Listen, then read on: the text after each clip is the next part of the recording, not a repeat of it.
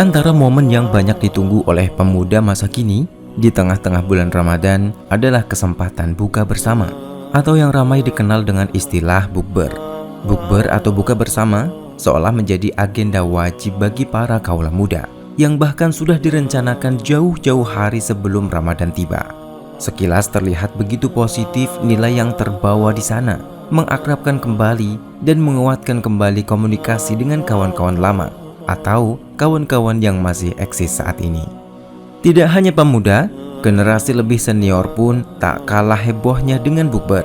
Bahkan lebih ramai lagi karena mereka membawa keluarga dan anak-anak mereka. Lalu bagaimana Islam memandang fenomena seperti ini? Apakah syariat membolehkan atau justru melarangnya?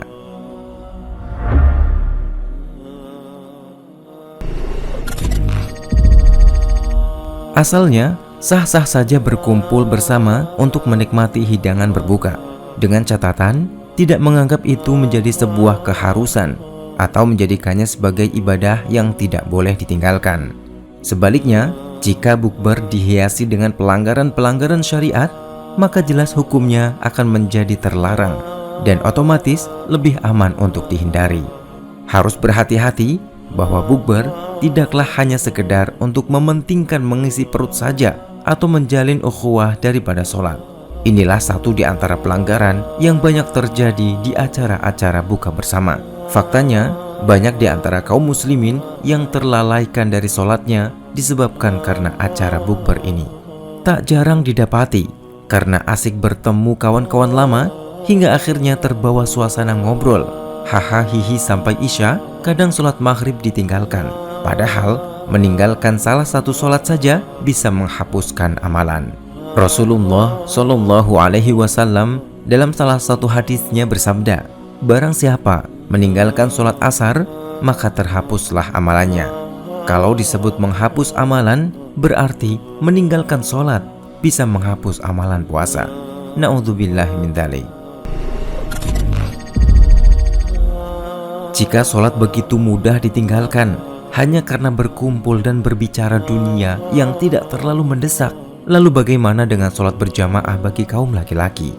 Jelas terlalu mudah ditinggalkan hanya karena mementingkan kepentingan di meja makan dengan teman-teman. Ingatlah peringatan Nabi Shallallahu Alaihi Wasallam bagi pria yang enggan berjamaah. Sesungguhnya, sholat yang paling berat bagi orang munafik adalah sholat isya dan sholat subuh. Seandainya mereka tahu keutamaan yang ada dalam kedua sholat tersebut, tentu mereka akan mendatanginya, walau dengan merangkak. Sungguh, aku bertekad untuk menyuruh orang melaksanakan sholat, lalu sholat ditegakkan, dan aku suruh ada yang mengimami orang-orang kala itu. Aku sendiri akan pergi bersama beberapa orang untuk membawa seikat kayu untuk membakar rumah orang yang tidak menghadiri sholat jamaah. Kemudian, buntut dari keasikan yang melalaikan itu adalah ditinggalkannya sholat tarawih, sehingga tidak mendapatkan pahala sholat semalam suntuk bersama imam. Jika awalnya berdalil bahwa bukber sangat bermanfaat untuk meningkatkan ukhuwah, tapi endingnya justru membuat seseorang kehilangan banyak kebaikan, bahkan terjebak dalam pelanggaran besar. Sangat disayangkan jika hanya karena bukber menjadikan kita terluputkan dari ibadah tarawih berjamaah. Sebuah riwayat menegaskan dari Abu Dzar, Rasulullah Shallallahu Alaihi Wasallam bersabda, sesungguhnya jika seseorang sholat bersama imam hingga imam selesai, maka ia dihitung mendapatkan pahala sholat di sisa malamnya. Akhirnya, mari kita bijak dalam mengadakan bukber. Kondisikan sedemikian rupa agar bukber yang diadakan tidak melanggar syariat, khususnya dalam pengerjaan sholat wajib dan taraweh. Hindari pula campur baur antara laki-laki dan perempuan yang tidak tertata, sebab itu pun akan menjadi pelanggaran lain yang tidak kalah beratnya dengan meninggalkan sholat.